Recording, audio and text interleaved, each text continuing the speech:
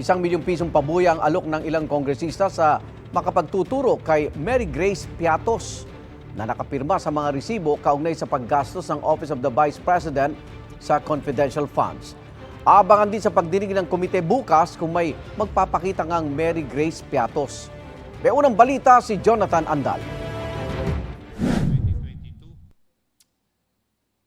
Isa ito sa mga resibong ipinasa ng OVP o Office of the Vice President sa COA o Commission on Audit para ipaliwanag kung paano nila ginastos sa loob ng 11 araw ang 125 million peso 2022 confidential funds. Pero ang pangalang nakapirma sa resibo, hirap basahin ng mga kongresista. The name would read, tama po ba, Mary Grace Piatos? Piati?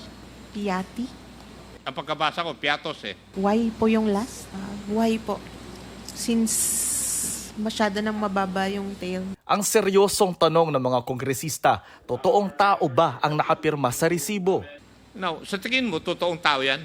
What's your opinion? It could be a person. Pero, would you know na merong restaurant na Mary Grace ang pangalan? Yes, Mr. Chair.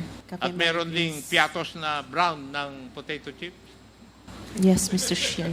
Para makumpirma, nag-ambag-ambaga ng mga kongresista para mag-alok ng pabuya ₱1 milyong sa makapagtuturo sa taong nakapirma rito. Kasi ang sinasabi ng Office of the Vice President, totoo, si Mary Grace Piatos. Kasi hindi kami naniniwala na totoong may Mary Grace Piatos. Si Mary Grace Piatos kasi yung may pinakamalaking nakuha dun eh. Pag wala si Mary Grace Piatos, sigurado, halos lahat na ng tao na naandun is fictitious na. Isa lang ang resibo na ito sa daan-daang acknowledgement receipt na isinumite ng OVP sa COA na sa tingin ng mga mambabatas ay dinoktor o pineke. Gaya ng mga resibong iba-iba ang pangalan pero tila raw iisang tao lang ang sumulat at pumirma. Kasi sinasabi ni VP Sara na peke daw yung mga acknowledgement receipt na ipinakita sa hearing. Itong mga acknowledgement receipt na ito, galing po ito ng Commission on Audit.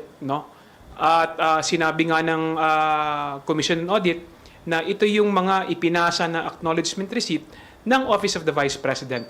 So paano mo sasabihin na ito ay mga peke? Sinubukan namin hinga ng komento si Vice President Sara Duterte pero wala pa siyang tugon. Sa Miyerkules ang susunod na pagdinig ng Kamara tungkol sa confidential funds ng OVP at DepEd. Inasahang dadalo ang ilang OVP officials at aabangan kung lulutang ba si Mary Grace Piatos. Itong unang balita, Jonathan Andal para sa GMA Integrated News.